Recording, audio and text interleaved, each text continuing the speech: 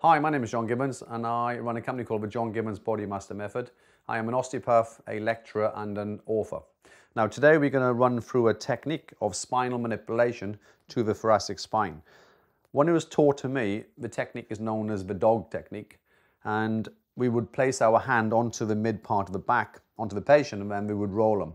I think the new concept is that it's an AP thrust, but because I was taught many years ago, I still talk about the dog technique.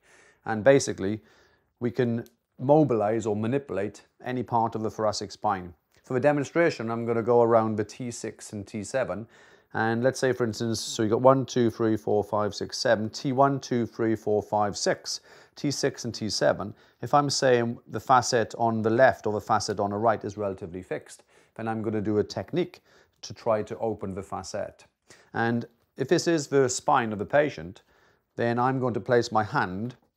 I would normally teach that the distal phalanx, we would try to flex and keep it parallel with the metacarpals. So that's the position we would be in if we can.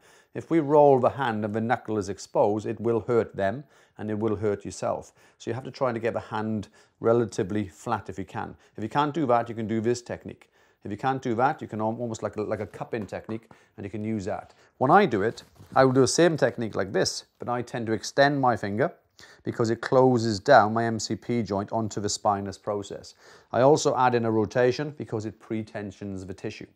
So let's run through the technique as an example.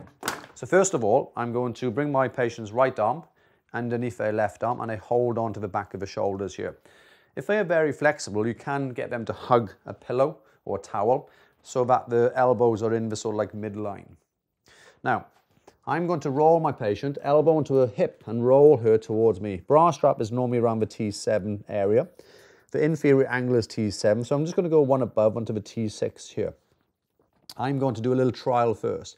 I'm going to put my hand with the extended finger and rotate.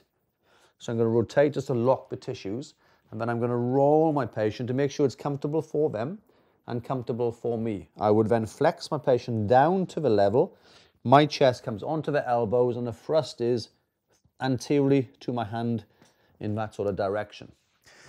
So that'd be like a trial technique, and it felt okay. It felt okay, yes. So I'm going to run through the technique from the start, and I'll follow through with a high velocity thrust. And let's see if we can get a small cavitation to that area. So remember the hand position. I would roll my patient, find the level of T7, T6, take a small breath in please, and then breathe out. We roll, we flex, we lock, and we thrust, and then there's a nice little cavitation to that area. So that would be a manipulation to the T6, T7 using the typical dog technique. I hope you liked the video. Please subscribe and you'll get all my videos in the future. Thanks for watching.